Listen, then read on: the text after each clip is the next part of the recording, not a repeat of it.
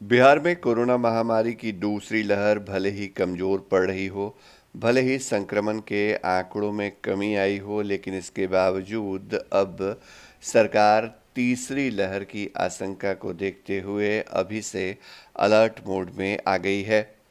नीतीश सरकार ने बिहार में तीसरी लहर को लेकर अभी से तैयारी शुरू कर दी है। राज्य में 40,000 कोरोना मरीजों के लिए बेड और अन्य स्वास्थ्य सेवाओं की तैयारी जो है वो सरकार कर रही है।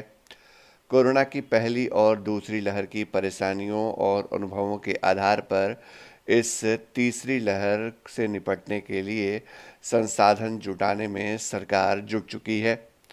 अलग अलग सभी स्तरों पर कार्रवाई शुरू कर दी गई है।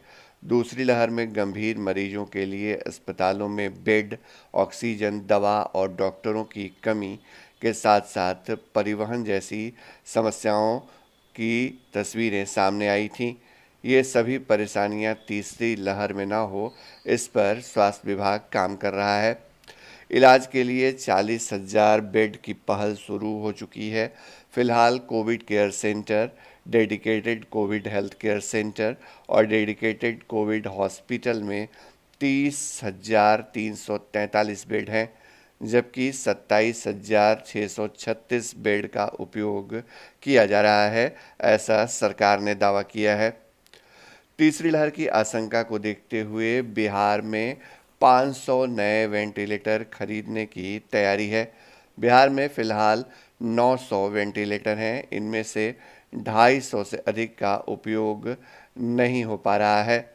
वेंटिलेटर चलाने के लिए टेक्नीशियन की कमी की बात सामने आई, जिसके बाद अब इसके लिए जो नियुक्ति प्रक्रिया है वो चल रही है। बिहार में ऑक्सीजन युक्त बेड बढ़ाए जाने के लिए भी स्वास्थ्य महकमे ने अपने स्तर से प्लान तैयार कर रखा है। डॉक्टरों और स्वास्थ्यकर्मियों की संख्या बढ़ाने पर लगातार काम किया जा रहा है। 1,000 डॉक्टरों के 3 माह के लिए बहाली के साथ साथ अस्थायी नियुक्ति की प्रक्रिया भी जारी है। 1555 फ्लोटिंग पदों पर पीजी उत्तीर्ण डॉक्टरों की नियुक्ति किए जाने का भी प्रस्ताव सरकार ने दिया है। इसके अलावे 3270 पदों पर आयुष के डॉक्टरों की स्थायी नियुक्ति की प्रक्रिया भी चल रही है।